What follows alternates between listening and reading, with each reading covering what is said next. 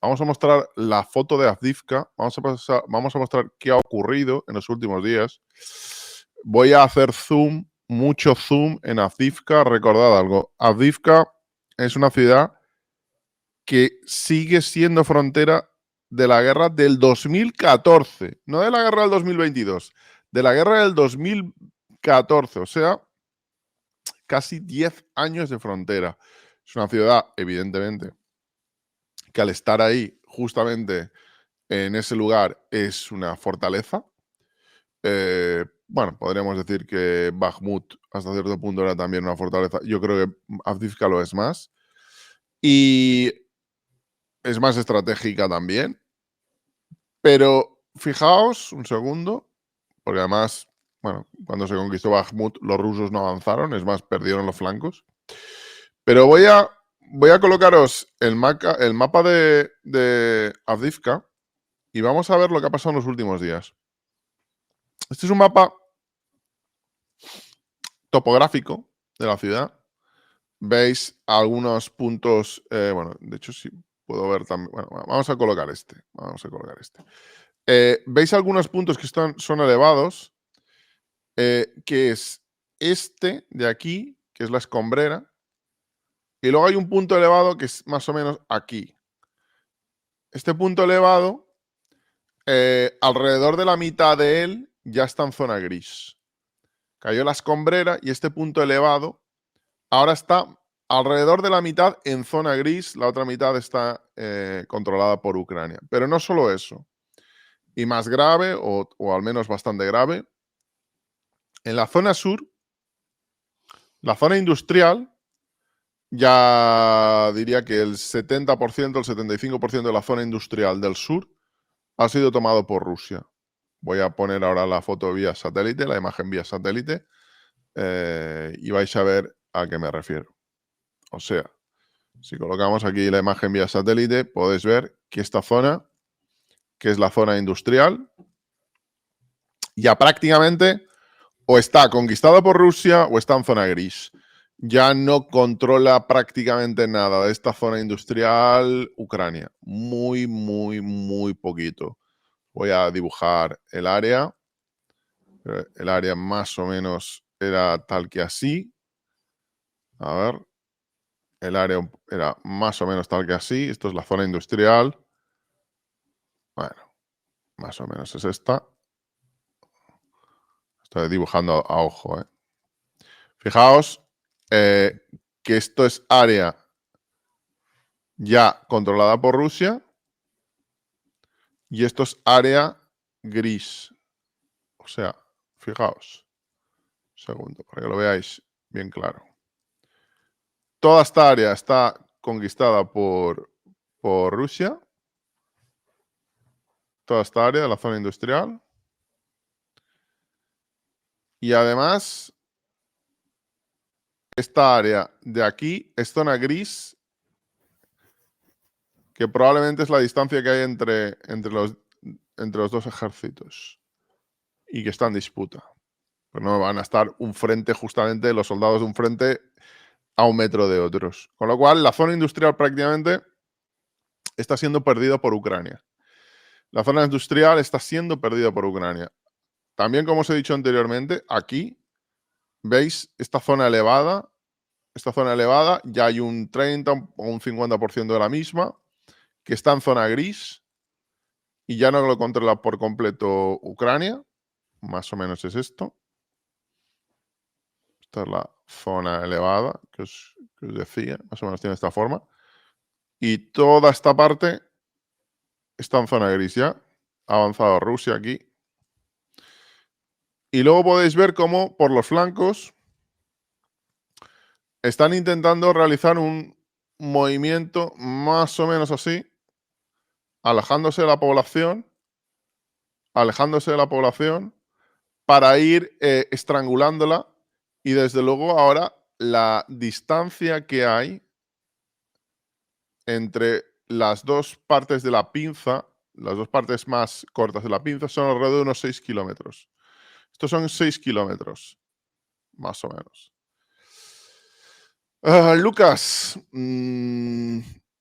pérdida de buena parte de la zona industrial del sur, se están perdiendo el control de zonas de altura del norte, los rusos están avanzando en el flanco norte. Esto tiene pinta, yo no voy a decir, porque además están teniendo unas pérdidas brutales, no voy a decir que Avdiivka vaya a caer la semana que viene, ni dentro de 3 semanas, pero tiene pinta de que esto puede haber una batalla de 2, 3, yo no sé cuántos meses, y que acabe retirándose Ucrania de Avdiivka. ¿Cómo lo ves? Yo lo que he comentado antes, aquí el tema está en que Rusia necesita cerrar ese entrante para dar aire a Donetsk y alejar las fuerzas ucranianas de Donetsk. A la vez rectifica el frente y lo deja más o menos un frente lineal. Y Rusia está dispuesta, por lo que ha demostrado hasta ahora, a sacrificar. Perdón, pero Donetsk, ¿qué es esto? Esto es Claro, Donetsk. Es la ciudad más importante del Donbass. Fijaos, está pegada a Avdiivka. Avdiivka es esto. Esto que veis aquí. Esta ciudad es Avdiivka. Lo vais a ver. Esto es Avdiivka, más o menos. Y la zona verde es Donetsk. claro. Por eso para Rusia tomar Avdiivka significa dar aire a Donetsk, alejar las fuerzas ucranianas de Donetsk y ha demostrado que está dispuesto a sacrificar todo lo que haga falta, tanto en personal como en material, con tal de conseguir ese objetivo. Objetivo que yo creo que lo quiere conseguir a toda costa antes de las elecciones o con un margen suficiente de tiempo antes de las elecciones para tener, como siempre, algo que vender y para no ir a unas elecciones con una batalla encarnizada y con una carnicería en ciernes. Por otro lado, creo que esto al final va a acabar con Ucrania cediendo porque Ucrania no está dispuesta a sacrificar ahí lo que no tiene o lo que no se puede permitir el lujo de perder. Entonces no creo que Ucrania esté dispuesta a convertir a Avdiivka en otro Bakhmut y si esto sigue así y Rusia continúa con esa presión a costa de toda la baja que está sufriendo y continúa sacrificando todo lo que está sacrificando, al final creo que Ucrania va a optar por replegarse porque no le va a merecer la pena asumir esas pérdidas o al menos equivalentes a las que está perdiendo, a las que está teniendo Rusia. Y creo que por ahí van a ir los tiros, que van a aguantar un poco, pero no van a aguantar hasta el final ni van a sacrificar ahí lo que sea. Y creo que estamos más cerca que lejos de un posible repliegue táctico en las víctimas de Ucrania. Pero ¿tú crees que veremos una batalla como Bakhmut de 8 meses? No, ¿O es lo que esto estoy va a diciendo. Es lo que estoy diciendo. Antes que verse enganchados en algo así, salvarán todo lo que puedan, evidentemente, y se replegarán a posiciones más ventajosas para evitar que Rusia siga avanzando, que lo tiene complicado para seguir avanzando, y porque también mantener ahora mismo ese entrante ahí con los flancos expuestos es estar expuesto permanentemente a que te estén arreando por todos lados.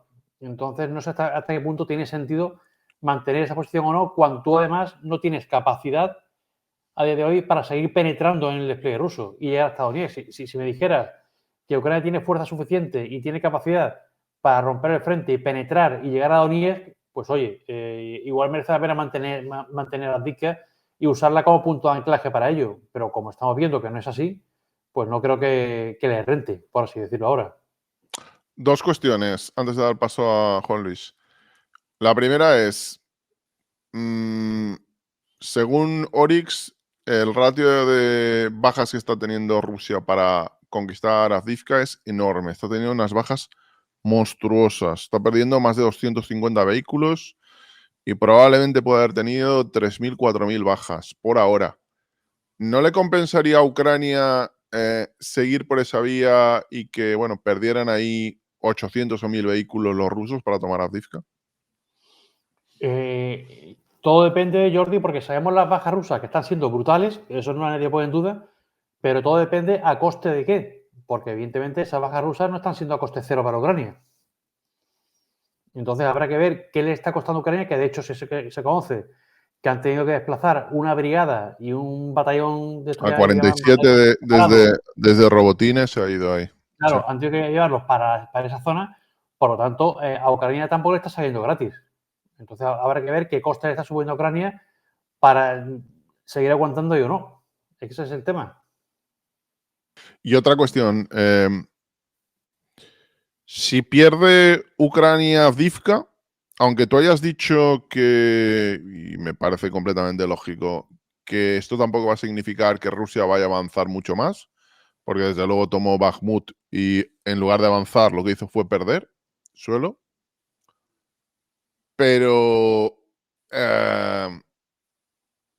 esto representaría que para Ucrania el retomar Avdiivka, que tiene una posición geográfica muy determinada, con unas alturas muy concretas, está muy fortificada, representaría que Ucrania tendría que hacer un esfuerzo similar al que ha hecho en Robotine para recuperar una zona así. Es decir, si lo pierde, tendría que hacer un sacrificio como el de los rusos para recuperarlo. Es decir, O no, Jordi, o lo hace esperando recibir más ayuda, esa que está prometida o esa que esperan recibir, y que les dé cierta ventaja técnica sobre los rusos, o lo hacen pensando en un nuevo replanteamiento y en una nueva forma de atacar el problema que no sea entrar por donde han salido, por así decirlo, y buscamos esas alturas. Es decir, opciones hay varias y sinceramente, visto la situación y viendo que el mantener esa posición no significa que vayan a ser capaces de lanzarse sobre Donetsk, porque el único sentido que tiene que mantener a Avdiivka es utilizarlo como base de partida para continuar avanzando hacia Donetsk.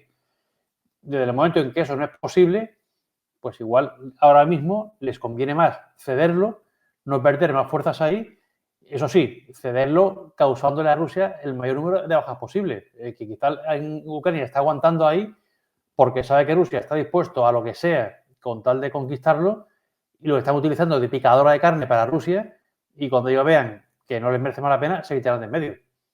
¿Vale? Y el coste habrá sido para Rusia, evidentemente, no para ellos. Juan Luis, en el podcast de Michael Kaufman citaba a Avdiivka y decía algo así como que Ucrania no va a convertir a Avdiivka en algo simbólico como se hizo con Bakhmut, porque hay que decir que Bakhmut fue algo simbólico, hecho simbólico por parte de Rusia, pero también por parte de Ucrania. Habló Zelensky al respecto, se habló de Bakhmut, de que se tenía... No se va a hacer lo mismo. ¿Tú qué crees que va a ocurrir en ese sentido, en la cuestión de la comunicación, lo que puede representar la caída de la ciudad? Bueno, es un pueblo de básicamente 20.000, 25.000 habitantes antes de la guerra, creo. Hablo de memoria. ¿Cómo ves la cuestión de Avdiivka? Vamos a ver, hay que recordar... Y la labor de los drones en Avdiivka, porque está siendo...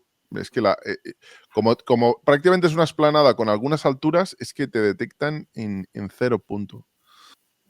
No, claro. Hay que empezar recordando que lo que comentaba Kaufman tiene un reflejo a lo que él comentó siendo crítico con las decisiones que estaban tomando a nivel político más que militar sobre Bakhmut en el último mes. Él decía que Bakhmut se tenía que haber abandonado un mes antes porque ya había, o mes y medio, porque ya había cumplido su función, la batalla, quiero decir. Teniendo en cuenta que era una población absolutamente devastada y que se estaban perdiendo en aquel momento tropas bregadas y veteranas a cambio de que los rusos perdieran fundamentalmente reos de prisión y personal recién movilizado.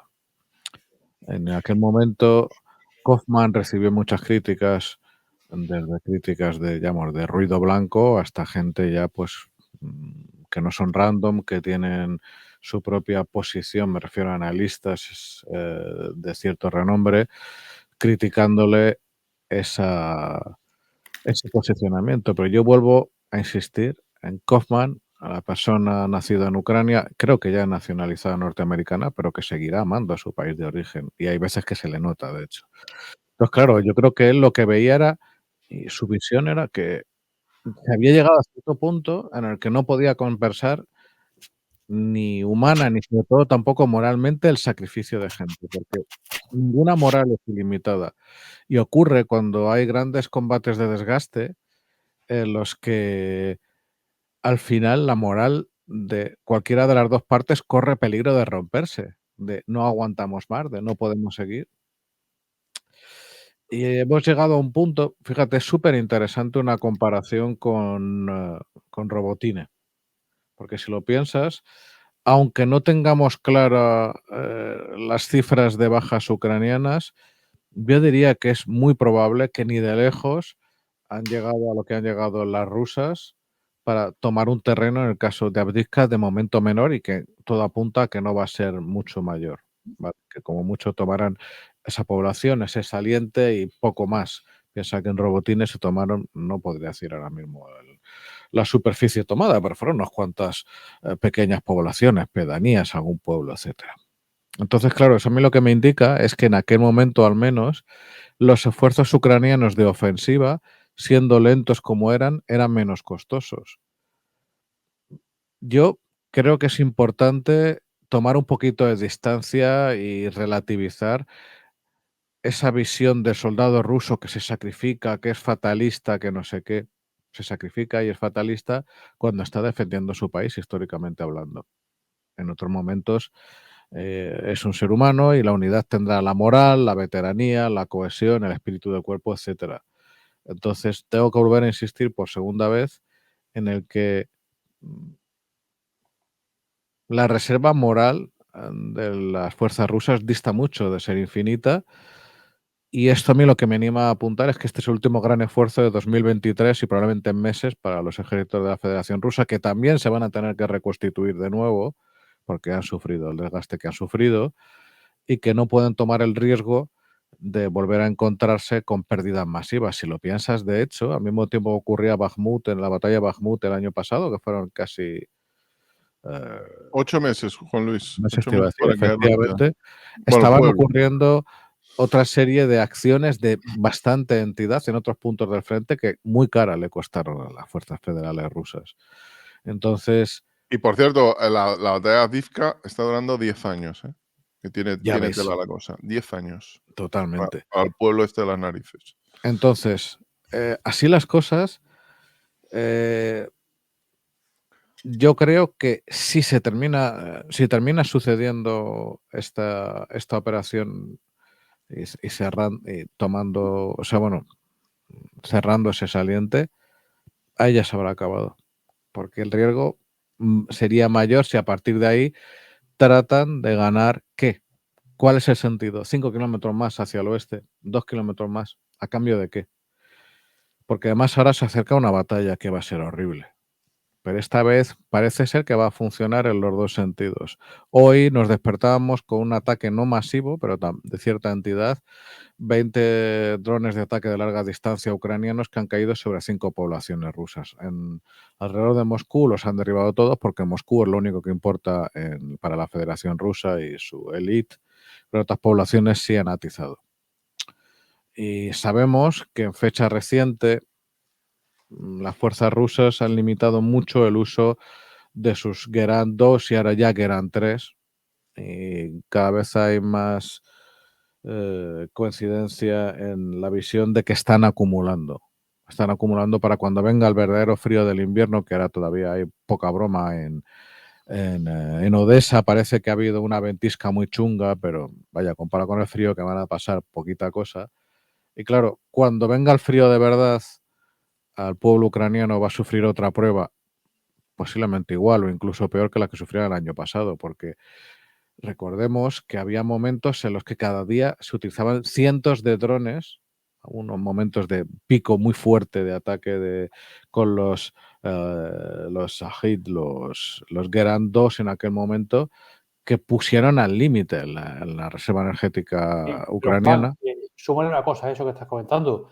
Yo lo comenté la semana pasada y no porque sea solamente idea mía, sino que lo han dicho mucha gente, muchos analistas, mucho más informados, y es que Rusia está acumulando misiles, son no drones, misiles que lleva sin utilizar un montón de tiempo, precisamente para lo que tú estás comentando, para cuando empiece el frío de verdad, seguramente empleen los drones para saturar las defensas y abrir pasillos y los misiles van a ir a golpear las infraestructuras críticas. Y vamos a ver, porque puede ser un invierno muy, muy duro, ¿eh? Totalmente. Si te fijas, desgraciadamente empieza a ser ya un lugar común. Los sistemas más baratos se utilizan para saturar defensas aéreas, mientras otros sistemas, piensa en Gaza lo que pasó, mientras se lanzaban los cohetes, se emplearon otras cosas para otras cosas, entre ellos los malditos paramotores.